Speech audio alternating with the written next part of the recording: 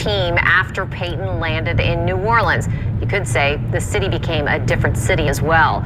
The wins started adding up when he got here, and then came the Super Bowl. But as Paul Dudley explains, Saints superfans are quick to point out that he brought to this city much more than just X's and O's. When Sean Payton arrived in New Orleans, he brought with him a winning culture, a first for the one-time beleaguered franchise. So naturally, the news of his departure from the game is leaving fans with just about every emotion. I feel like I just left a funeral, and I'm headed to a wedding, and my wife's in the hospital about to have a new baby. Crazy emotions, man. The numbers are up there with the best of them. More than 150 wins, including a Super Bowl just a few years after Hurricane Katrina.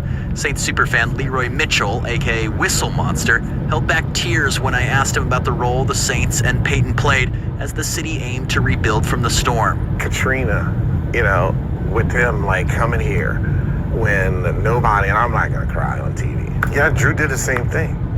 They just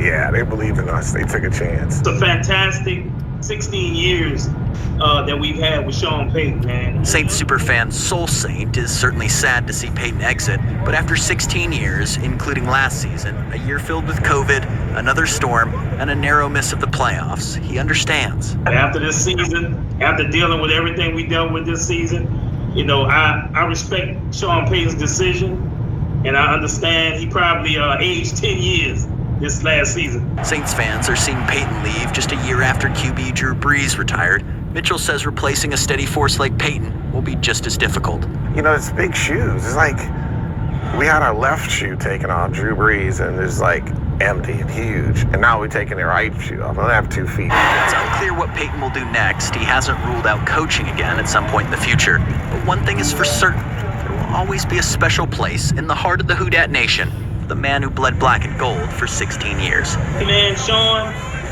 if you're listening to this, man, we love you, and we are going to miss you dearly.